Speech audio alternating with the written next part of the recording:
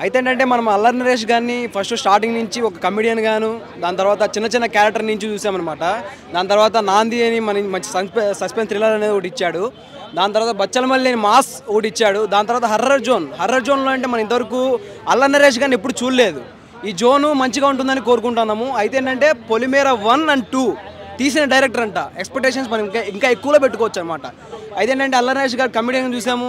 దాని తర్వాత ఈ జోన్లో చూడడం అనేది మనకు కొద్దిగా క్రియేటివిటీ కొత్తగా అనిపిస్తుంది. అదిగాక మనము టీజర్ కూడా కొద్దిగా ఎక్స్పెక్టేషన్స్ ఎక్కువలా ఉన్నాయి.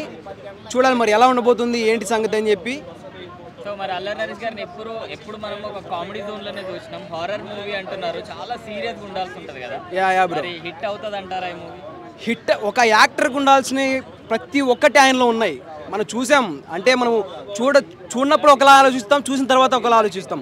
ఒక జోన్లో ఉన్నాడంటే ఆయన యాక్టర్ కాదు, జోన్లు చేంజ్ చేస్తూ వస్తున్నాడు, అందుకే యాక్టర్ అవుతాడు. కంపల్సరీ ఈ సినిమా హిట్ అయ్యే అవకాశం కంపల్సరీ ఉంది.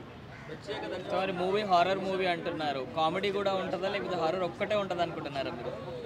ఆయన మూవీస్లో మనం ఇంతకుముందుగా కామెడీ కూడా ఎత్తుకుంటూ వెళ్ళాం. అయితే ఏంటంటే ఇప్పుడు కూడా ఆ కామెడీ జోన్ టచ్ చేసే అవకాశం ఉందని నా అభిప్రాయం. కంపల్సరీ టచ్ చేస్తాడు, ఎందుకంటే హర్రర్ మూవీస్లో కామెడీ అనేది కంపల్సరీ ఉంటుంది ఏదోలాగా. వైవహర్ష గారు కూడా ఉన్నారు.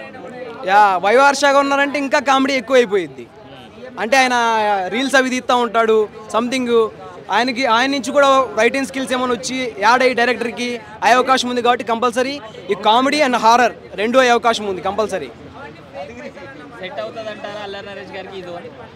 డెఫినెట్లీ సెట్ అవుతుంది గురు. అల్లరి నరేష్ గారిని ఎప్పుడో మిస్ అయ్యాం. ఒక కితకితల దగ్గర నుంచి మనం ఇక్కడ కామెడీ జోన్ అనేది మిస్ అయ్యాం కాబట్టి కంపల్సరీ హర్రర్ మూవీ అంటే కామెడీ ఉంటుంది, కామెడీతో పాటు యాక్టింగ్ కూడా ఉంటుంది కంపల్సరీ. ఇప్పుడు వచ్చిన దానికైతే మనం కంపల్సరీ వస్తుందని ఆలోచిస్తున్నాం. మరి లుక్స్ మటుకు ఆయన ప్రతి సినిమాకి చేంజ్ చేసుకుంటూ వస్తున్నాడు.